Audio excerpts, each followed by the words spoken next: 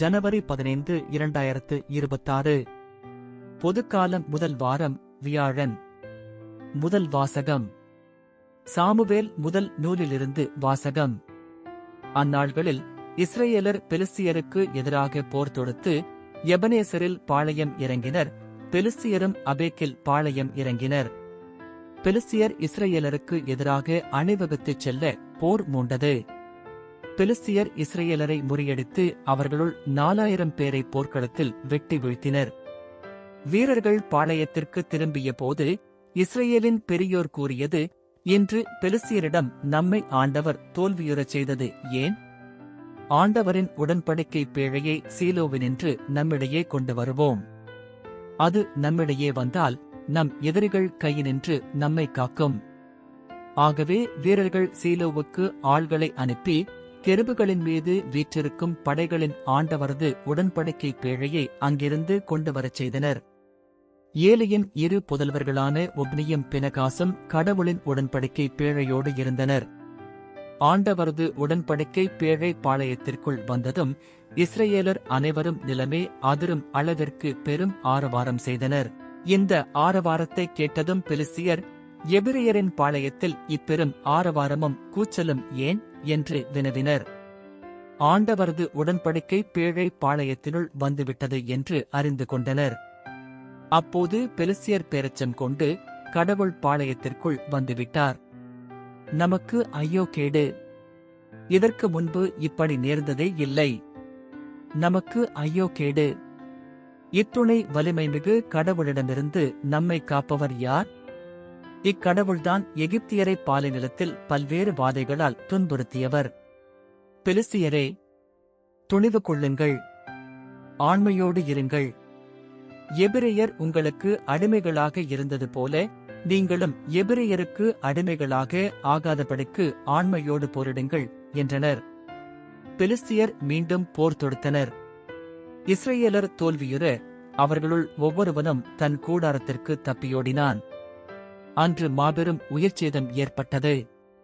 இஸ்ரவேலருள் 30,000 காலாட்படையினர் மாண்டனர். கடவுளின் பேழை கைப்பற்றப்பட்டது.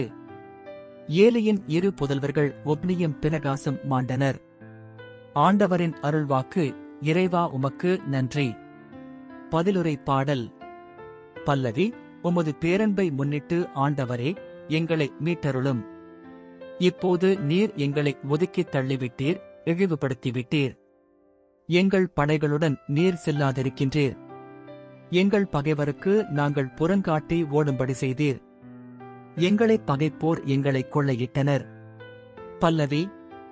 உமது பேரன்பை முன்னிட்டு ஆண்டவரே, எங்களை மீட்டருளும். எங்களை அடுத்து வாழ்வோரின் பழிப்புக்கு எங்களை ஆளாக்கினீர். எங்கள் சுற்றுப்புறத்தாரின் ஏளனத்துக்கும் இகழ்ச்சிக்கும் எங்களை உள்ளாக்கினீர்.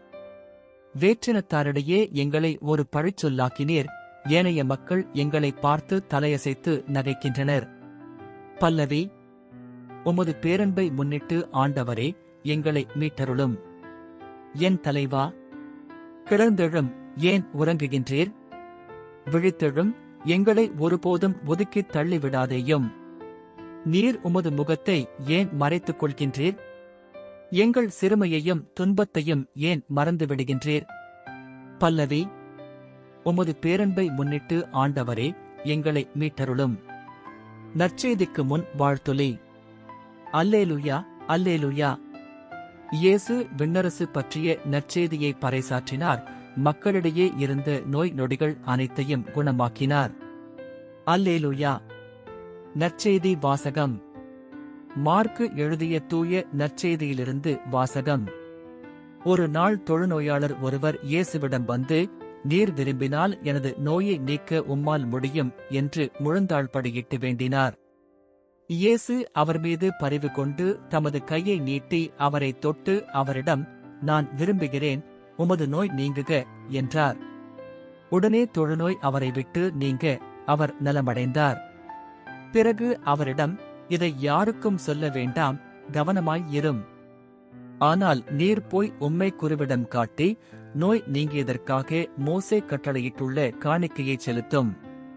நீர் நலமடைந்துள்ளீர் என்பதற்கு அது சான்றாகும் என்று மிக கண்டிப்பாக கூறி உடனடியாக அவரை அனுப்பிவிட்டார். ஆனால் அவர் புறப்பட்டுச் சென்று இந்தச் செய்தியை எங்கும் அறிவித்து பரப்பி வந்தார். அதனால் இயேசு எந்த நகருக்குள்ளும் வெளிப்படையாய் செல்ல முடியவில்லை, வெளியே தனிமையான இடங்களில் தங்கி வந்தார். எனினும் மக்கள் எல்லா இடங்களிலிருந்தும் அவரிடம் வந்து கொண்டிருந்தார்கள். ஆண்டவரின் அருள்வாக்கு. கிறிஸ்துவே உமக்கு புகழ்.